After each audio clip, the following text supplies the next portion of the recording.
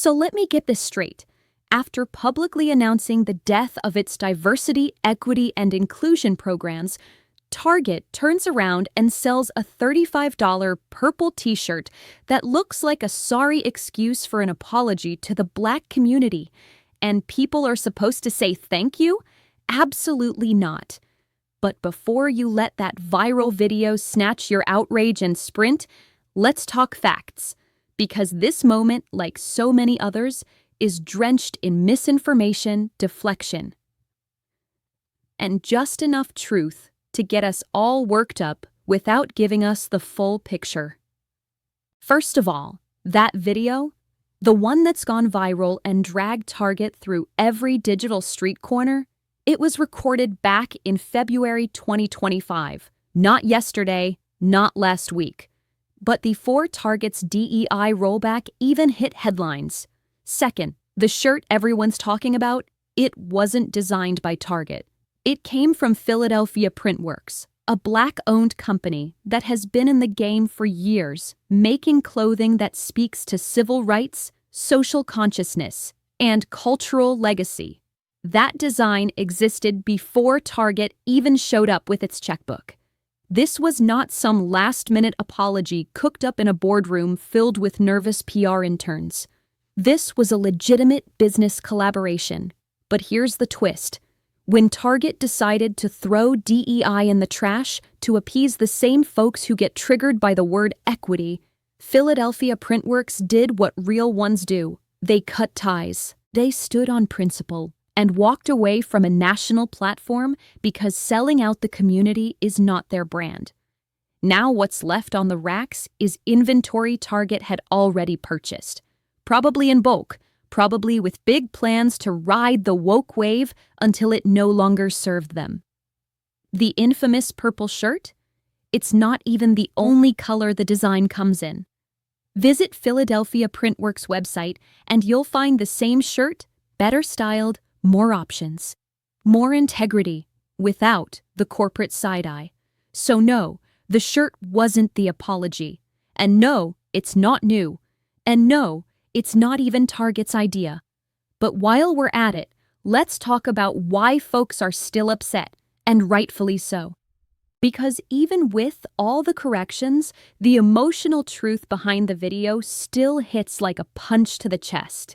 And I salute the content creator who dropped it, because what they captured wasn't just misinformation, it was a mirror reflecting how Black folks feel after watching yet another company use our pain for profit, our culture for clout, and our money for margins. The streets of Twitter, Reddit, and Instagram are clear. Black folks are out. And not just for a weekend. People are vowing to boycott Target permanently. And who can blame them? This isn't just a shirt. It's a symptom, a symbol, a breaking point. What we're seeing is the collective exhaustion of a community that's had it all the way up to here, with corporations playing double agent, posting black squares in June and cutting DEI in July. Let me go ahead and thank Target personally, because your decision to bow down to political pressure and throw DEI out with the bathwater, that told me everything I needed to know. You showed your hand, and it wasn't solidarity, it was self-preservation. You reminded us that Black lives matter only when they fit into a neat marketing campaign, when they boost quarterly earnings, when we're spending without questioning. But let me be clear, those days are over. Black America is finally realizing what should have always been obvious. We are the economy. We have $1.7 trillion in spending power, and we've been handing it over to people who would rather cut ties than cut racism.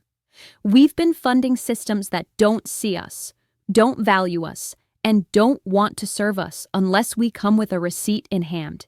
But now, the jig is up.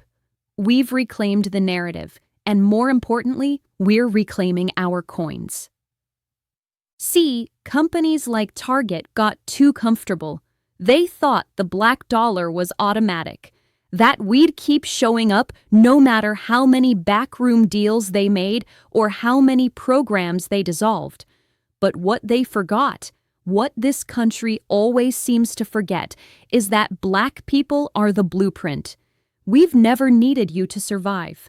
We've been surviving without you for centuries. We've been denied access to stores, credit, housing, healthcare, and education. And guess what? We still built, we still thrived, because we don't beg for seats at tables. We build our own and serve soul food. And to the folks calling us dramatic, emotional, or irrational, let me remind you, this isn't about a shirt. It's about a pattern, a pipeline of exploitation dressed up as inclusion. If corporations can't offer real equity, real accountability, and real commitment, then they will no longer get real money from real people. We are done dressing up disrespect as misunderstanding, done letting billion-dollar brands use our pain as their Pinterest board. Let this be the line in the sand. You either stand with us or you stand exposed. And if you stand exposed, then your bottom line better be ready to take the hit.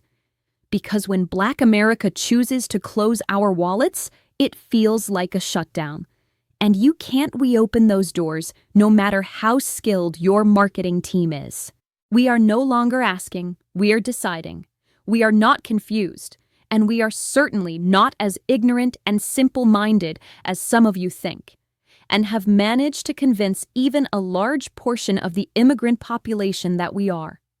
To the contrary, and if you still don't understand, let me say it plainly for the folks in the back. We are kings. We are queens. We are descendants of greatness and children of a God who never needed your discount aisle or fake apologies to make a way. We've survived you before and will thrive without you.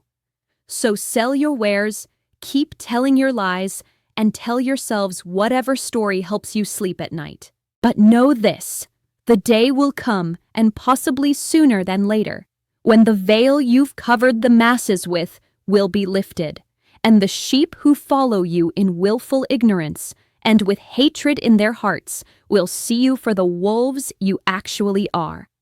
Hear and receive as clear of a message that I can send those who have used, abused, and taken our kindness as a weakness. The black dollar is no longer for sale to the highest bidder. This is Sensible Sue signing off. Remember to keep it safe and sensible out there.